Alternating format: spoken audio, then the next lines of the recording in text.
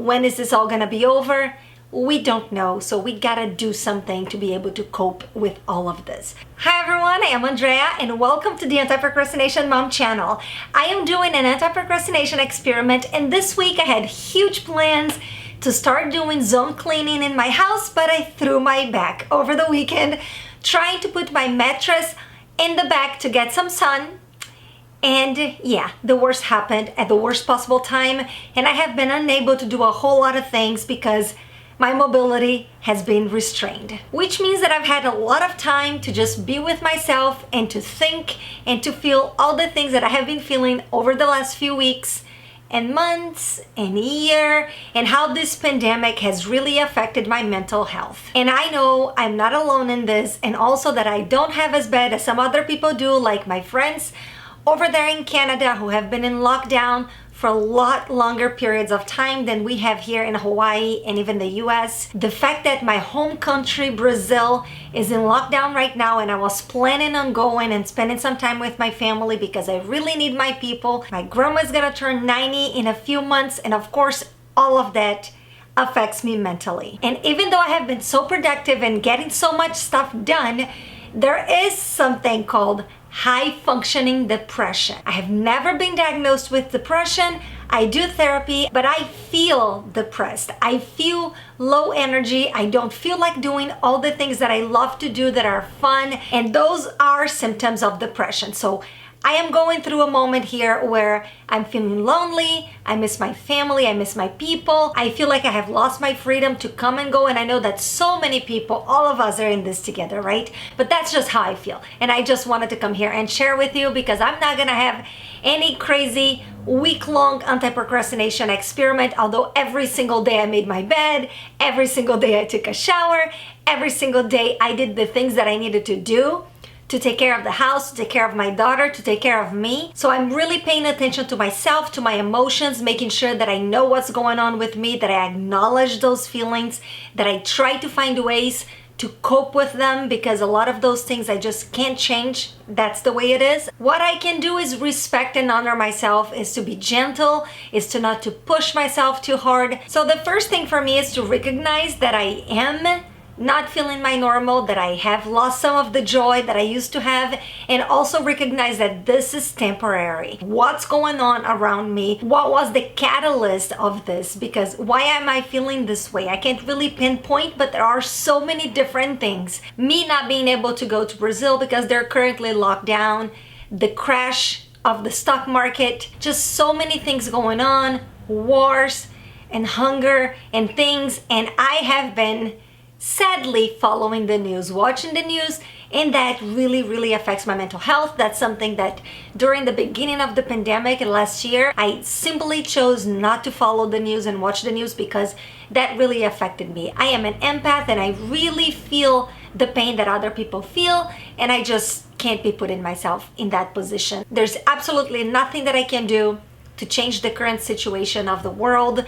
all these things. So me following and watching and allowing those news to affect my own mental health isn't very productive. Not for me and not for the world, because then I put off this energy, and then there's, collective energy and all of us being connected, and I gotta make sure that I am in a good mental space for myself, for my life, for my daughter, and for the world. So what I can do is to not watch the news, number one. I want to be informed, but I cannot allow myself to be inundated. So I'm gonna make sure that I maybe follow the headlines and don't go too deep into them, so I know what's going on, but I don't get too involved in it. Also, I need a break from the stock market. Yes.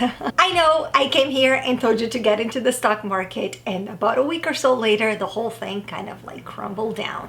It's crashing, but this is all normal.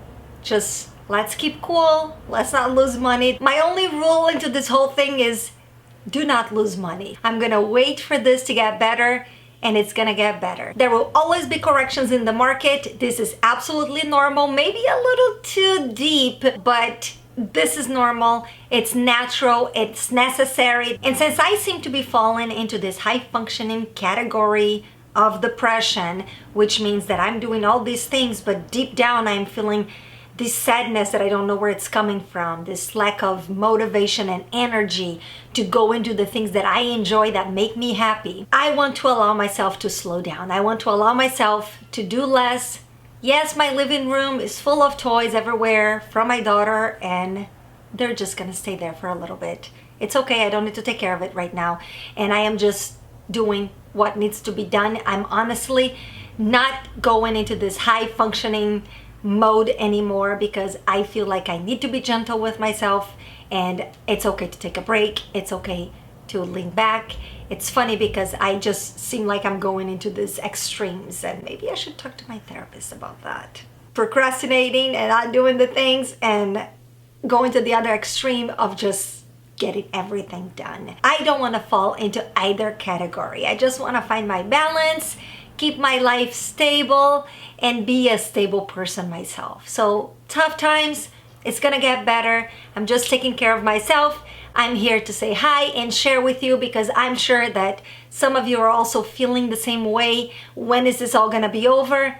We don't know, so we gotta do something to be able to cope with all of this. So my way to cope with all of this is eating healthy, trying to move my body. That one has been a little hard with my back being hurt, but over the last couple weeks I joined the gym, and I have been going at least 2 or 3 times a week, just really forcing myself to go and move, but not pushing too hard so I don't go back into that high functioning mode. Drinking water, getting enough sleep. This is something else. I have been feeling extra tired, sleeping a little bit longer. I do wake up every day around 4 a.m. So yes, I am tired. I've been going back to bed hours so later and sleeping a little bit more, which in the past I would not. I would just go for the whole day and just go to bed at night, late at night. So I'm not doing this. I'm making sure that I'm getting sleep. I'm going to bed at a decent hour, lately around between 10 and 11, and taking the time to have quality time with my daughter. This morning we baked. That's one thing that we do that we love. We paint our nails. I haven't done mine, but I did hers. We just play. We sit on the floor and we play. Like I said, my living room is full of those magnet tiles because we're building a castle. Definitely spending that time with her, getting all the cuddles and the love and the hugs really helps me and makes me feel happier. So I highly recommend, if you have little ones, to just force yourself to sit on the floor and to play a little bit. Leave the phone somewhere else and focus on their child. It's just really good to have that connection and to play, and they feel close to you, you feel close to them, and everybody wins. Even if it's just for 5 minutes, 10 minutes, doesn't matter. It's the intention that matters, your presence, your attention, the mindfulness. It doesn't matter how long it lasts, as long as you're fully present for the amount of time that you're there, everybody wins. And I am gonna confess that I normally write a script, I plan my videos, I follow it, and today I didn't have that. This is just me being raw, coming here and sharing with you about mental health, about these crazy times of pandemic, and about how to stay afloat when you just have to stay afloat. Hang in there. I'm hanging in there. We're all gonna be okay. This is all gonna be over someday, I sure hope. And we'll be able to see the people that we love, to hug the people that we love, to connect with new people, with other people, without any fear of catching some crazy disease that's gonna kill us all. If you watched this video to the end, thank you so much for your support again. Big hug to you, big hug to me, big hug to everyone. Everybody's battling their own wars. Just know that you're not alone. I know that I'm not alone, and to me, that really helps me keep things into perspective. I am not this some special person that's feeling all these emotions and nobody else is. A lot of people are. Remember to like, comment, subscribe, share this video with somebody that needs to listen to this message. And as always, let's get out there, or rather, let's get in there and take care of our mental health. Until next time, ciao, ciao.